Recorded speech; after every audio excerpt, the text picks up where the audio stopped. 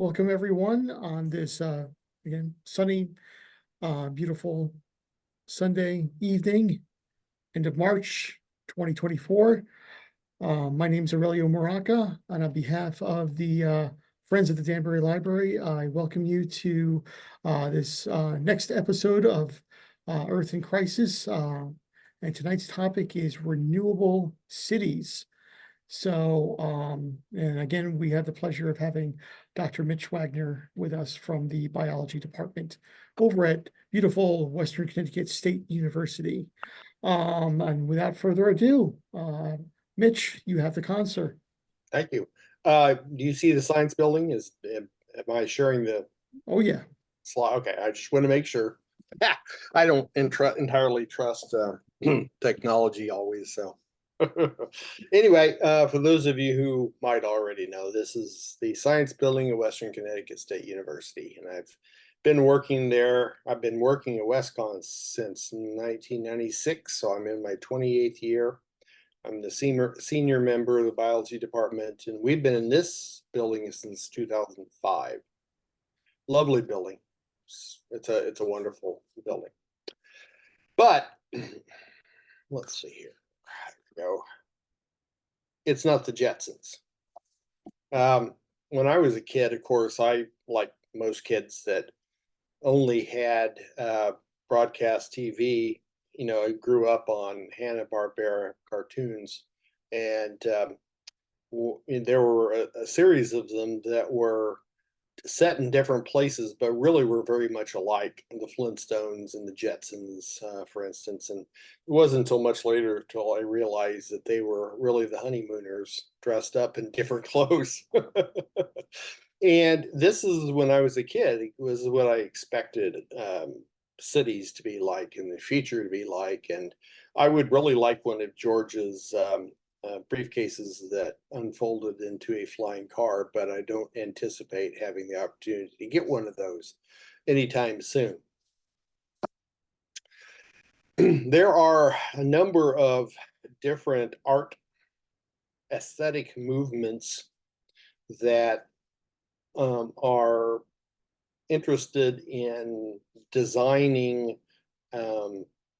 and conceiving of what our future might look like. Some of them, one of them is called solar punk, and that's in the next talk I'm giving in a month or whatever it is. I'll talk about some of those art movements that are particularly interested in the good news after we beat climate change. Okay.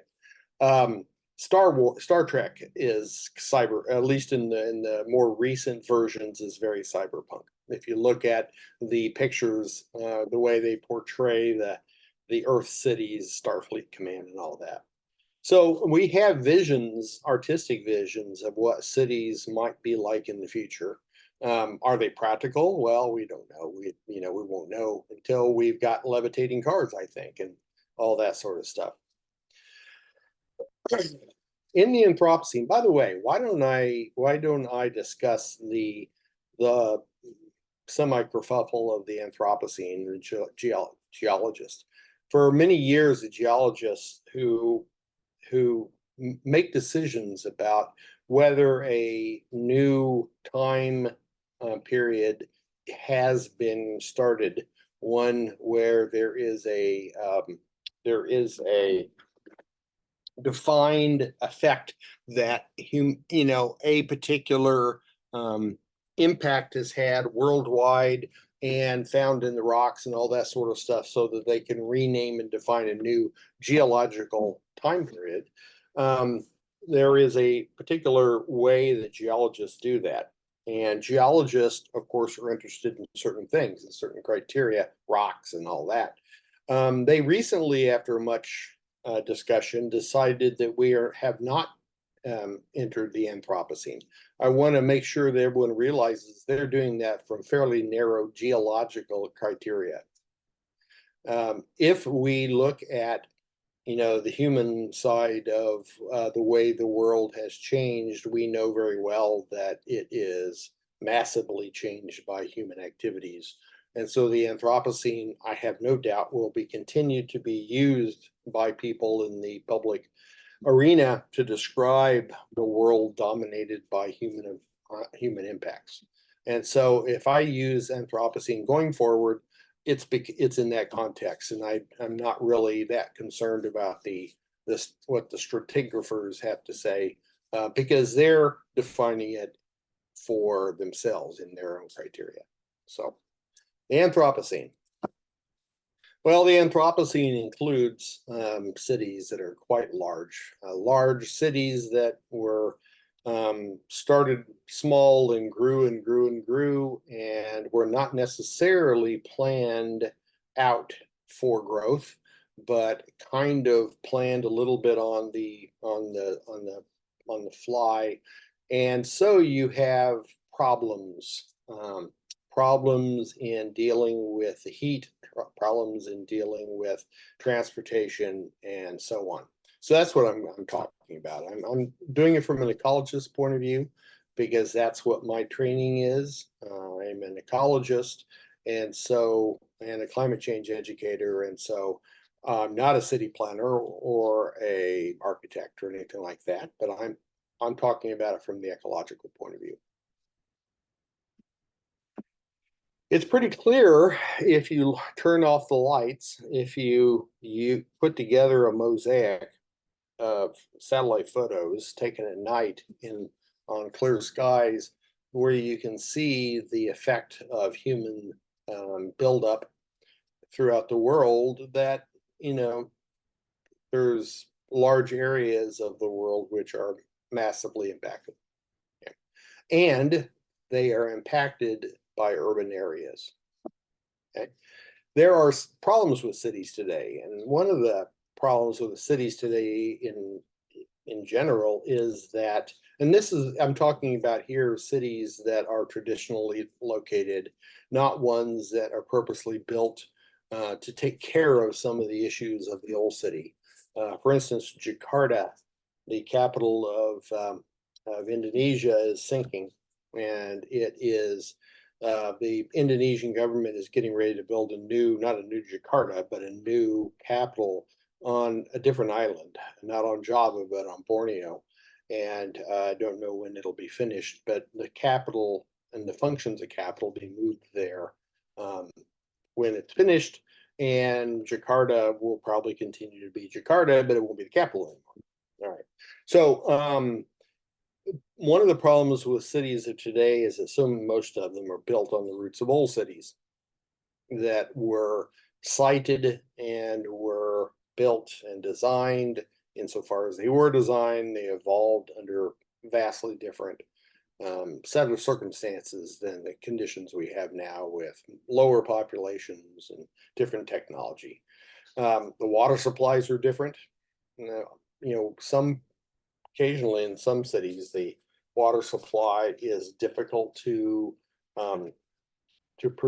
provide in sufficient quantity for a much larger population.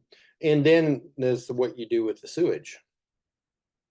And then what you do with solid waste management. You can't, or you shouldn't anyway, put it on a barge and take it out in the Atlantic and dump it, which has been done by New York most famously.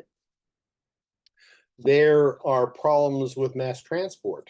If you have a city where people need to move around, you don't want them driving all their own cars all the time. How would you ever get anywhere? I have some experience in a city that didn't, at least in the 70s when I was there, have mass transport to any great degree, and a lot of cars, and it was pretty rough going from point A to point B. So the cities that were built on the roots of old cities went from footpaths and to horses and carts to electric trolleys to highways and cars. And the footprint of the city has grown out, but it doesn't necessarily provide easy change to new technologies. I personally wish more of them had would go back to electric trolleys again, but they don't listen to me. Another problem is that there are a number of cities that were built very close to their port cities, and they're built very close to the ocean, and are now subject to sea level rise. They're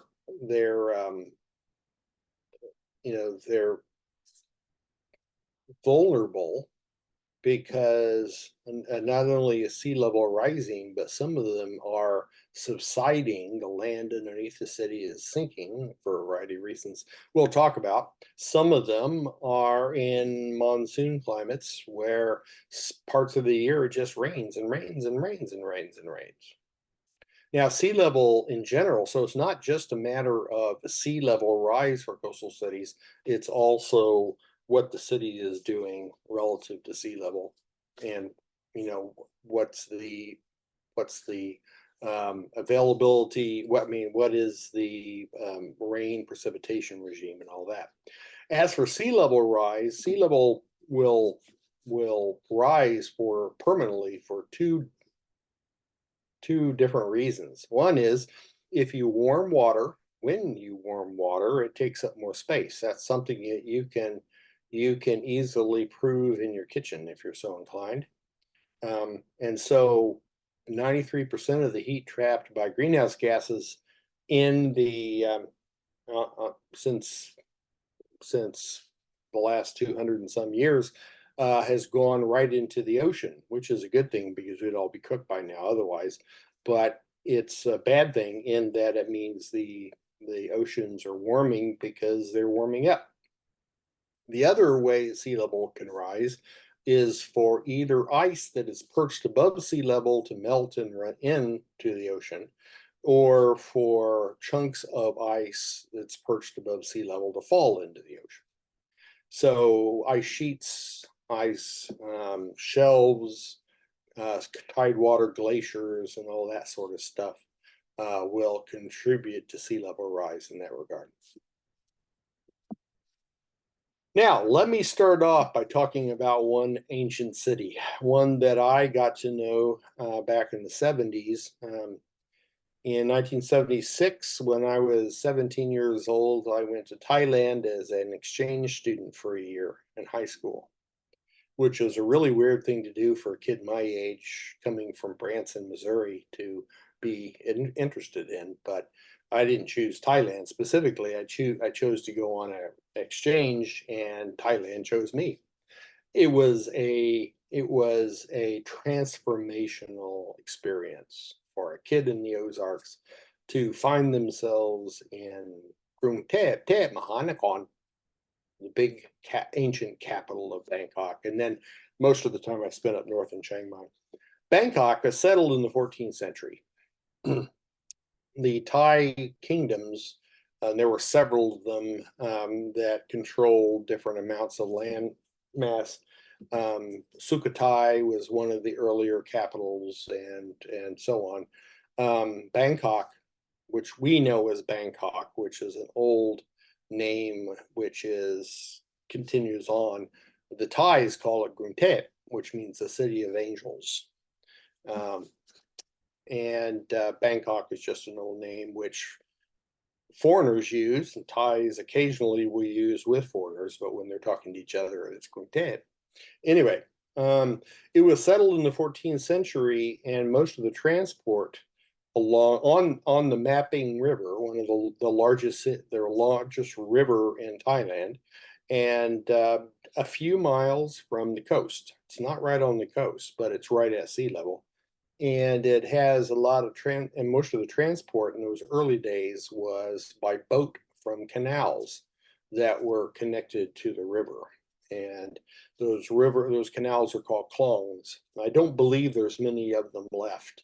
When I was there in the 70s, they were rapidly being replaced by roads because people weren't getting around by boat that much anymore. It was buses and cars and more modern things, and the canals were disappearing.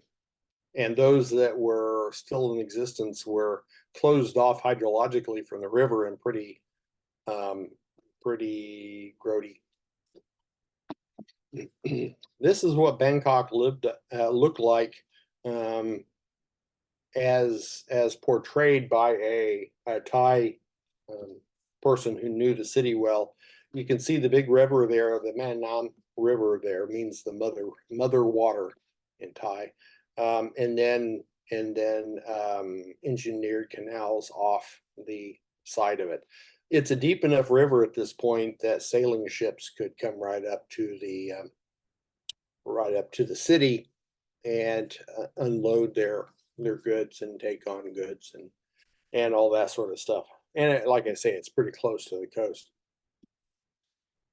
And this is a picture of the Manam from the west bank of the river, the Thonburi side now, as the name of that part of the city is called. And in the 1800s, I'm not sure what year, but you can see at that time there were an awful lot of boats still in use. This temple, it's a Buddhist country, and the temple on the right is Wat Arun, and the decoration on it, as you can see from this picture I took myself in 1976, is made up of little bits of broken porcelain from China cups and saucers and things like that, and were used to put together mosaics and figures and decorations. And this is faded with time, but it's quite a beautiful place. If you ever go to Bangkok, you've got to go to Wat Arun. And this illustration, this picture taken at the same time, you can see there's little plants growing in it and everything, but you can see the bits of China patterns and stuff that were used to decorate it. Is a sense of ancientness in a lot of the old temples in Thailand. There's the new ones are all shiny and gold and all that, and they have their charm, but they do not have the sense of ancientness, of age.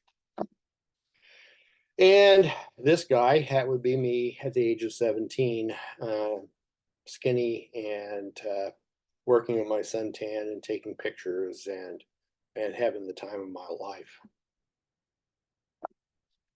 Today, well, when I was there, Bangkok, I spent almost 3 months of the year in Bangkok. I spent the first couple of months learning the basics of the Thai, of the language, and so on. Anyway, it was flood prone because it is so close to sea level and so close to a big river, a tidal river. It floods, and during the wet season, which is the edge of the monsoon, they have troubles with this, and it's subsiding. The Thai government has allowed large buildings to be built, much larger than the ones that I ever saw, and at the same time they pumped out, like a lot of cities have, pumped out the aquifer below it for domestic water. And when you pump water out of an aquifer, they tend to subside, just like they do in Florida. And it's a bad problem. Modern Bangkok is a city on the large river near sea level. Aquifers, I'll skip the parts I've already said. Large concrete buildings are now causing land subsidence. Sea level is rising. There's 10 million people who are in danger. How do you move a historical city where the king lives? That it's a very important tourist destination. The Thai government has in the past years has been reluctant to even talk about it because they're afraid it's going to kill the tourist business, which they rely on a great deal. And maybe it would, but on the other hand, what that means is that when a storm comes, like hit Rangoon, just a few decades ago, when when a disaster strikes, what do you do? How do you move 10 million people to safety at just like that? It's like a scene out of Independence Day. How do you do it? Wouldn't it be more reasonable to begin the movement of folks to higher ground now? But then what are you going to do with all those temples and palaces like Waterloo? And I don't know what the answer to that is. So here's Thailand. Bangkok is right there in the center. I would point to it, but you can't tell where I'm pointing. It says Green Tet. And you can see the green area is the valley, is the watershed of that river.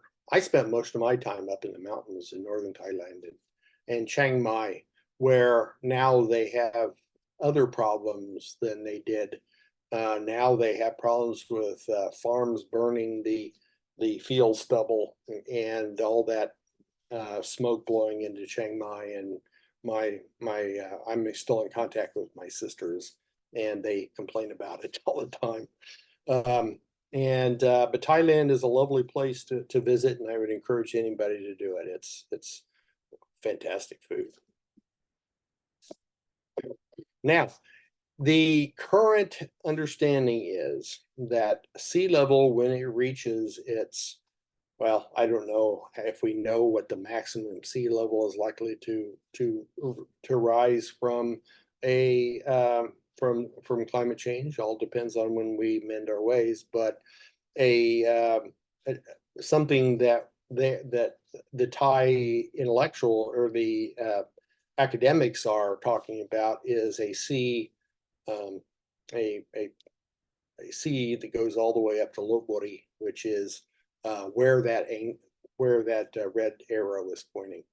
So you can see that Bangkok and much of the southern part of that river valley are doomed, I'd have to say. I say that with great sorrow. Now, monsoon flooding is not an uncommon thing among cities, particularly in Asia. Calcutta, Calicut, as it's called, is one of those that is particularly prone to it. It's on the eastern coast of India, very near the Bangladesh border. In fact, there is a very large delta of the Ganges and Brahmaputra and one other river, which I can never remember the name of, that all flow together and form this big delta, which is about the southern half of Bangladesh and the province of East or West Bengal, and including Calcutta. And we're talking millions of people that are all within like about a meter of sea level. And because of the relationship in space between the oceans and the Himalaya mountains during the summer, the heat rises over the mountains, causing the warm, moist air to flow in from the ocean. And in the winter, whatever passes for winter in South Asia, the mountains cool off and the wind reverses its path. And so during the summer, quote unquote, it's rainy, and in the winter, it's dry. Thailand gets just at the edge of that. Now, subsidence is also an issue in big cities in this country, New York, for instance, where and Miami and Miami Beach too. There's a title for a paper that was published in 22. Is the way to New York City, possible contributions to subsidence from anthropogenic sources. Scientists are discussing this. They're doing research on it. They're trying to figure out how best to handle this. And we should hope that the people responsible for the governments of the cities and the states in which they are will at least listen to scientists at some point. There are areas around New York that are built on very different kinds of geologies, and um, they can be analyzed in a variety of different ways and modeled in different ways. You can see there is a terminal moraine, which is basically the remains of a hill that was left at the farthest south extent of the last glaciation. In fact, Long Island is kind of the terminal moraine all by itself, but you can see it extend in that stripe that is extending there through New York and Staten Island. And that material, is very different from the glacial lake deposits that you find farther north and so on. All these areas have different drainage patterns, and so it's going to be a problem for parts of New York as well. Now, the fastest sinking coastal cities in the world are these: Tianjin in China, Semarang in Indonesia, Jakarta, the current and future non-capital of Indonesia, Shanghai in China, which has a massive population, Ho Chi Minh City in Vietnam, used to be called Saigon, Hanoi in Vietnam, Chittagong in Bangladesh, Kobe, Japan, Kerala in India, and Houston, the only American city on this list, in the US, apparently is sinking faster than New Orleans, which I'm kind of surprised at. Houston, the natural flood zone, it's got a kind of a raised area in the middle, which Houstonians call the Heights. It's also sinking due to groundwater extraction and the extraction of oil and natural gas from the ground beneath it. Empty out those spaces and the ground will sink. Houston Galveston area is already lowered by 3 meters, approximately 106 inches. So problems the cities have today also include mass transport. How do you get people around? Cities are not always very walkable. That is a goal, to make them more so, and to find ways of allowing people to get around without burning tons of fossil fuels or being inconvenienced or all that stuff. Back in Thailand, one of the ways that people get around are these little 3-wheel taxis, called a samlok, which means 3-wheel. You have to be careful, though, not to stick your head out the side of it too much, because you never know when another one's coming along. When I was there, city buses were the cool and cheap way to get around. And the best seat in the house, so to speak, was with one foot inside the door and one hand holding onto the bar above the door. And you get a little bit of a breeze. Plus, those buses are not built for people of my height, and I would have a crick in my neck from a trip if I had to stand up inside. It was really hard for me. So hanging out the door was the way to do it, but you got to be careful, because you never know when some law was going to come over and swipe you off the bus. So it was the kind of thing you do when you're 17 and you're bulletproof, or so you think. Now Bangkok has a elevated highway or a train system. I suspect, I don't know for sure, that it's mostly for tourists, but that certainly in their circumstances might be just the ticket. But it would cost an awful lot of money to send it all the places in the city where you need to have it. So what can we do to protect cities from the effects of sea level rise and subsidence and so on? Well, you have to do hard engineering projects like seawalls and surge barriers, those or that are on the coast. You don't need a seawall in Denver, but you need environmental approaches such as mangrove restoration in areas that are on the coast. Often the coast traditionally and historically, the coast was protected by vegetation, woody vegetation that was there for a long period of time. and not mangroves in New York City, but there were probably other things that served a similar function. And more people-focused approaches like urban design and plans to retreat. You got to have plans if things go bad, and some degree of controlled growth. Now, the mangroves and other kind of woody estuarian vegetation also have the advantage of trapping carbon and sediments near the shore, so that they are less likely to get washed up during floods and so on. And they are a carbon sink, a environment that takes in more carbon and puts it underground than they let loose. And that makes this a class of carbon called blue carbon, because it's associated with bodies of water. So if you hear an ecologist talk about blue carbon, they're talking about the carbon associated with estuaries. Biologically driven carbon fluxes and storage in marine systems that are amenable to management. Vegetated coast ecosystems of tidal marshes, mangroves, and seagrasses have high carbon burial rates, which is good for so many reasons. They accumulate carbon in their soils and sediments.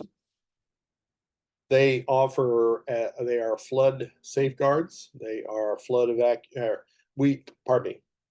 we also need, for those coastal cities that are in danger, flood safeguards, including seawalls and things like that, flood evacuation plans for cyclonic storms, because most cities are subject to them in some fashion.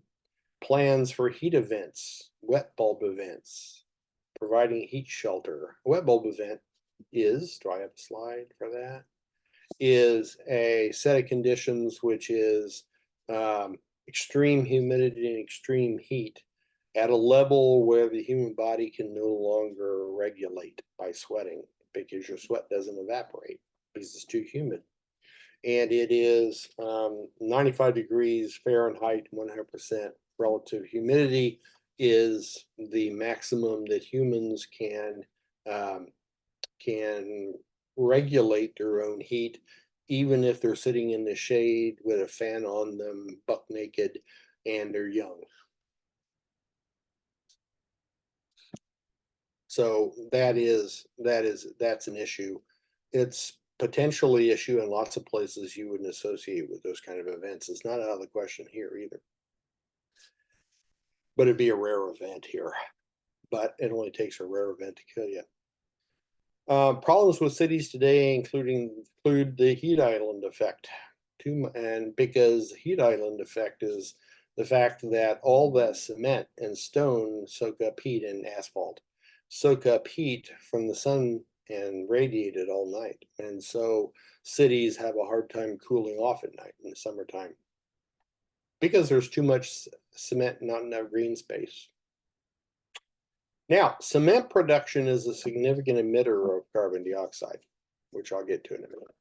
But you can see that if you're looking at the rural to downtown to suburban residential continuum, downtown tends to have a higher heat island effect profile than do the others.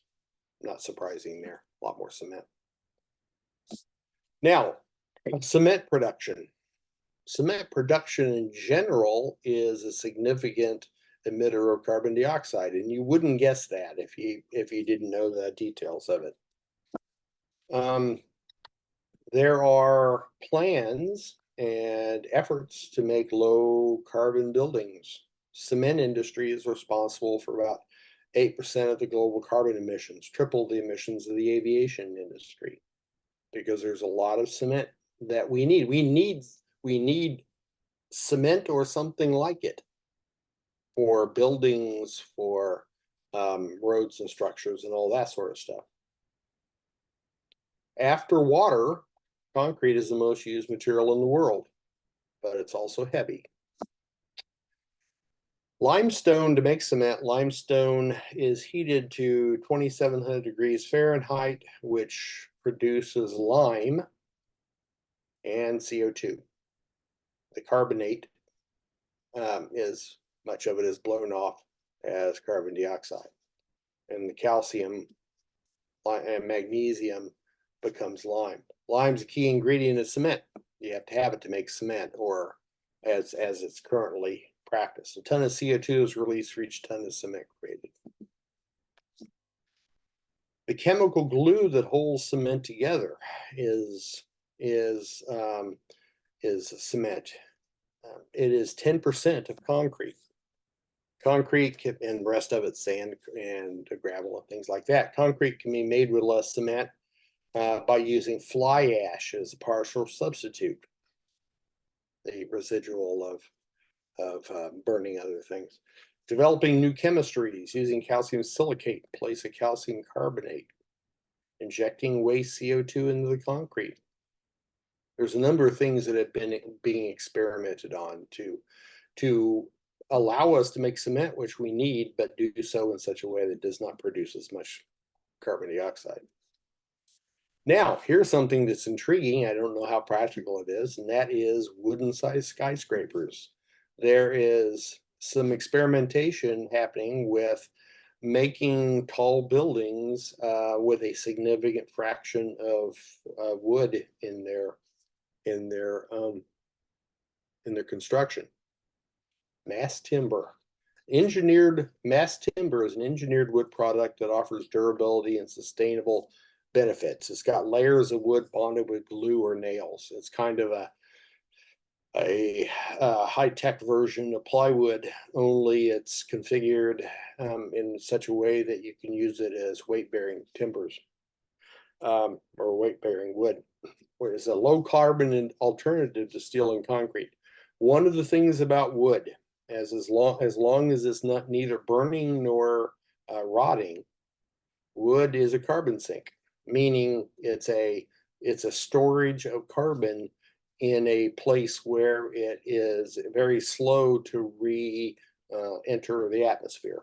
And so the more you put the world's carbon as pulled out of the atmosphere by trees and carbon dioxide or bamboo or whatever you're using, the more that stuff is stored away in buildings, the better off we are.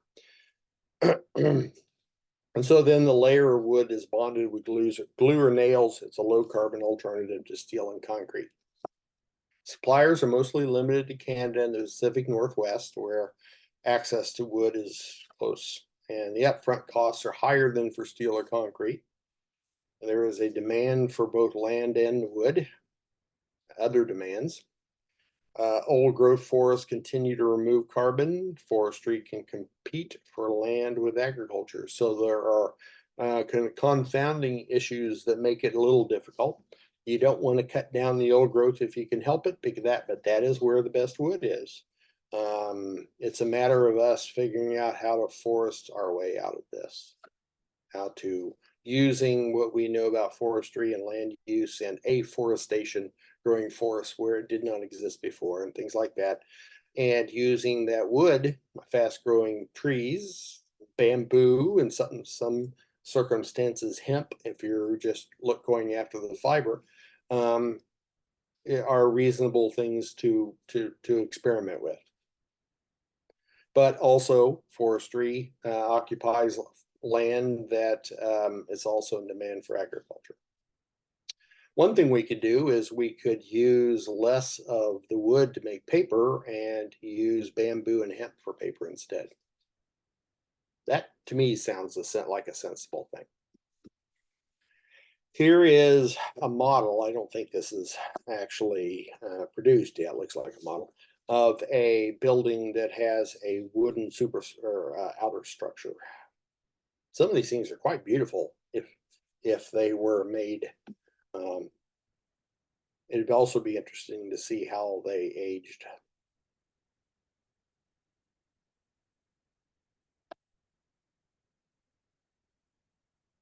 I like wood, so I would enjoy living and working in a building that had a lot of wood in it. Now, another problem with cities today are their walkability. It was a time when people walked a lot. They didn't have any choice. And now a lot of the space for walking is crowded along the streets where you're breathing car exhaust and things like that. And so it may not be such a pleasant activity to walk along city streets. I'm not a city person, so I have done relatively little of it. I've walked a lot through the streets of Bangkok, and that wasn't much fun just because they're crowded streets and you're breathing bus or diesel fumes. So 15-minute cities are an ideal. Urban planning concept, most daily necessities and services such as working, shopping, education, healthcare, and leisure could be easily reached by a 15-minute walk or bike ride from any point in the city. That's the ideal. This would reduce car dependency and mass transit dependency, promote healthy and sustainable living. I wish them great success with this, the people who are trying to work on it. And it includes not only transportation planning, but urban design and policy making to create well-designed public spaces, pedestrian-friendly streets, and mixed-use development. Mixed use is an urban development concept, urban design, urban planning, and zoning classification. It means the blend of residual commercial, cultural, institutional, or entertainment into one space with pedestrian connections.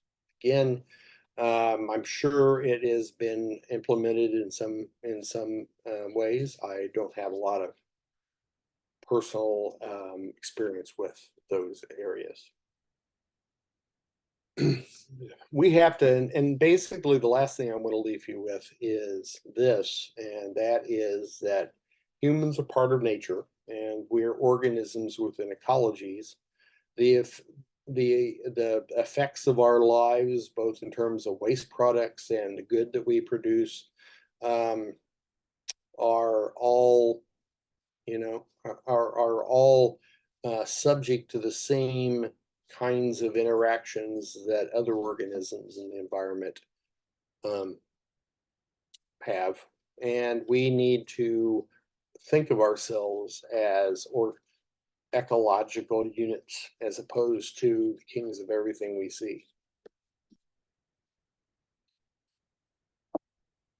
Let's see.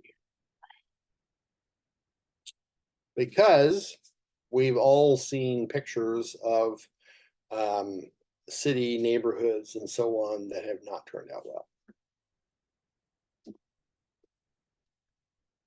I would be glad to try to answer questions. If I do not know the answer to your question, I'll tell you I don't. And I am limited by the fact that I'm an ecologist and not a city planner myself.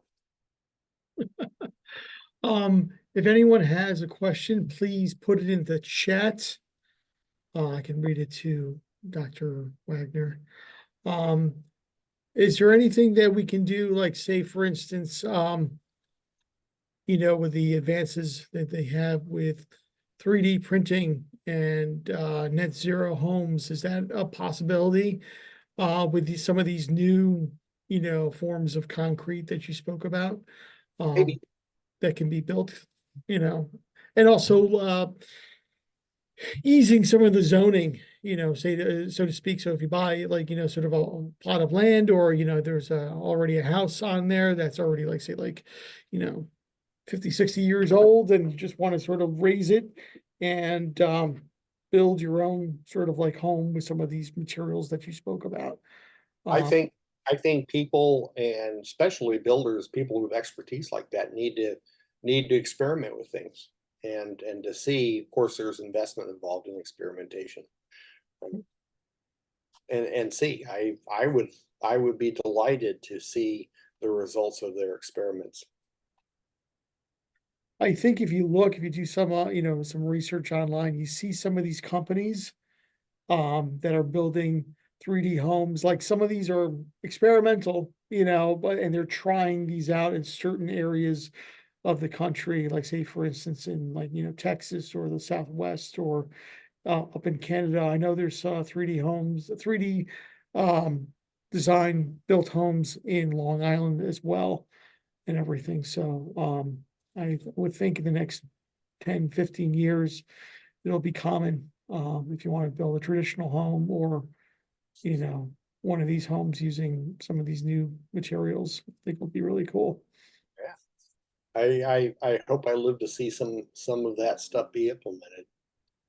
But also one of the things is like, they'll be more, easy on your energy bills, so to speak. I'm not sure if, we've seen our energy bills in the last few months. They've been pretty astronomical and everything, unless you have a house that's very well insulated and, have, Well, I live in a house that's just up the street from where you live, and it was built in around 1890, and the original wood was 2x4 rough hewn yellow pine with cut nails, and we've insulated the hell out of it, and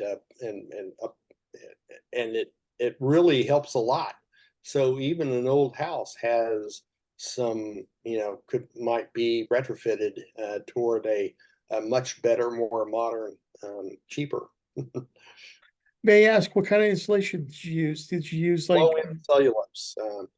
The we have about a foot of closed cell foam in the attic, which is apparently the best thing.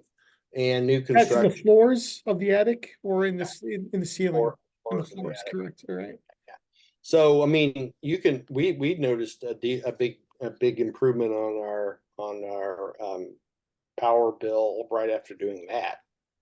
And then 2 summers ago, I guess it was, we had the local company come in and blow in cellulose insulation between the between the studs in the walls, and that's helped a lot too. And not only does it keep the house warmer, but it also insulates, keeps some of the sound outside too. So this busy street we now live on. Oh, yeah, it is. Same old street, we've lived on it for 20 some years. It's just there's a lot more traffic on it now than there was. Is less of a problem. Well, that's good. That's good to hear. Any questions, from anyone in regards to, renewable cities? Now, would you say, like, for instance, like,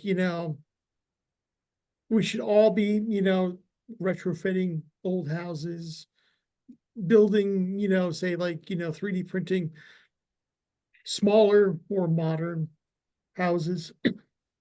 For instance, like, just having like, not like these giant, mansions and stuff like that, but like more sort of like sensible, homes, um, in, cities across the United States. Well, college professors don't make all that much money. I mean, compared to the business moguls that might live in a big mansion. I've never been tempted, therefore, to want to to live in a bigger house, because I would rattle. I mean, my wife and our kids have grown up, just us and the dog. So we'd rattle around in a house that's much bigger than what we got. And so what's the point? To me, I don't see, you know, and my wife grew up in Africa. She didn't exactly grow up in a mansion either.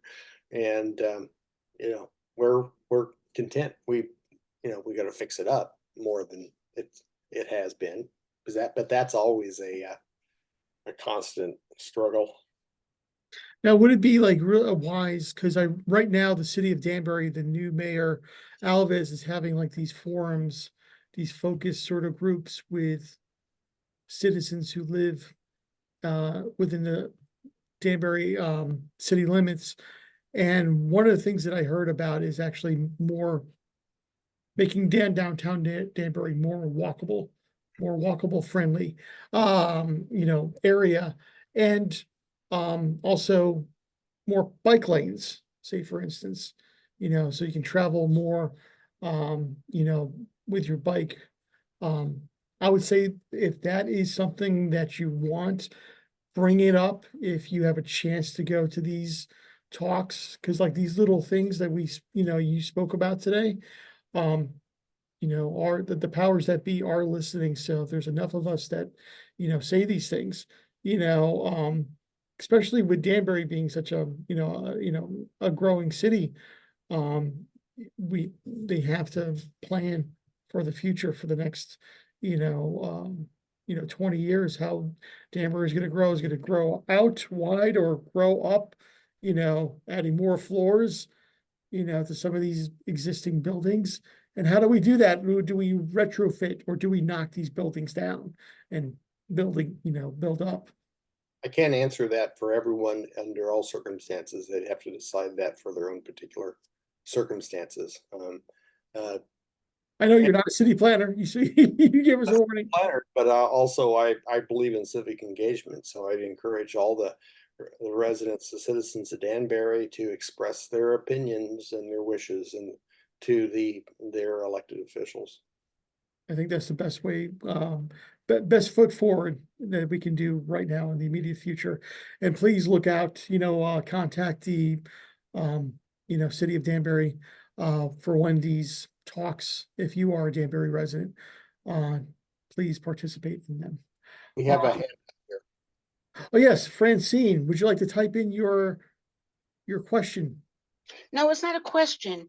It's Okay, just, it's a suggestion that if you are able and plan to reside your house, to add a material like Tyvek, which helps prevent, keeps the wind out, keeps the moisture out, lets the humidity flow through. I think it's permeable on both ways, and you save quite a bit of money by you adding a product like that. Yeah, that sounds like a good idea to me. any little bit helps. Yeah. I've done my share too, we can do a little bit more, but, again, sometimes you just gotta do it in, cycles and, every few years, just do little by little and, you'll see the difference. So, And I find it kind of fun to tinker along and figure out the best ways to, at the least amount of money, make the house save us money. yes, definitely. I would like to think that before we move away from here, we would put in a heat pump. I don't know if that'll happen, but I aspire to that. Well, you do know that there is a rebate, from, I think, Eversource. Yeah. So if you put in, yeah, look it up on the Eversource website. There is, rebates, I think up to $5,000 for rebates, on heat pumps. So you might be able to get that through point of sale or via the contractor. And then, Eversource would just credit you. I don't know, because that's something that I was looking into, but one step at a time, I just put in new windows. That's good. So, I guess it is time for us to call it an evening. Be sure to, do you have any talks coming up on WestCon, on campus? Yeah. We have, thank you for reminding me to remind you, the Jane Goodall Center, which is a organization connected to Jane Goodall's institute, her worldwide organization, is sponsoring a series of talks on Tuesday evenings. The first one was last Tuesday. The second one is tomorrow night. And then for the next 3 Tuesdays after that on campus. If you are interested in them, I can feel free to share my university email with anybody who would like it, and I'd be glad to send you the flyer.